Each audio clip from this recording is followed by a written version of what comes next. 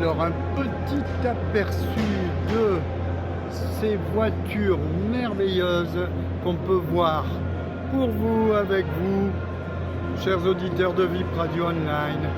Alpine 205 Turbo 16, Lancia Delta, bien sûr, la Renault 5 Turbo de Jean Ragnotti, et j'en passe, c'est les meilleurs.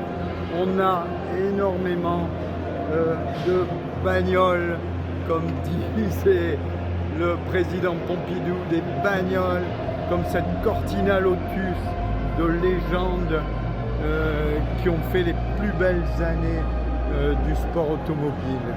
Bien sûr, il n'y a pas que ça. Là, vous avez une Mini Cooper, bien sûr, là, Lancia Stratos, la Fiat 131 Abarth, qui a eu des jours inouïs, notamment au volant de Marcou Allen, de Walter Röhrl et de Jean-Claude Andruet. Vous avez Audi, l'Audi Quattro, comme la conduite Michel Mouton. Je vous fais un petit panorama parce que il y en a de tous les côtés. Ici, vous voyez peut-être ma préférée en voiture de rallye. Non, c'est pas la Toyota de Carlos Sainz, mais c'est la Lancia Martini 037, l'avant-dernière groupe B propulsion de Lancia, qui a fait des miracles, qui a malheureusement réellement écourté la vie de pilotes comme Bettega ou comme d'autres. Un petit tour sur le stand d'Alpine devant cette Clio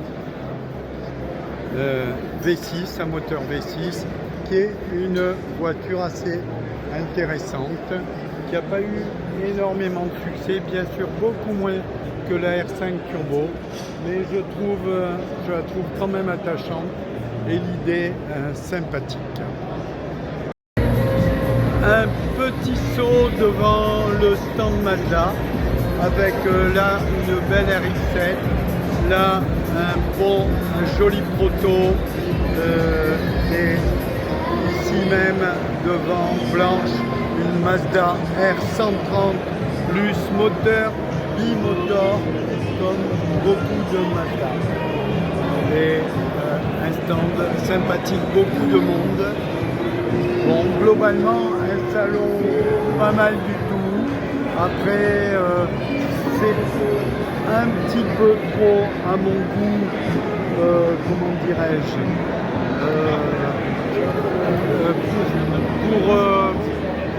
pas trop pour la presse, c'est-à-dire qu'on n'a pas forcément des facilités pour s'approcher de certaines voitures ou pour accéder à certains stands. Et franchement être assez critique pour les accréditations presse qui sont données au compte-gouttes, et surtout qui sont les organisateurs nous laissent sans aucune info. Voilà, on continue la visite.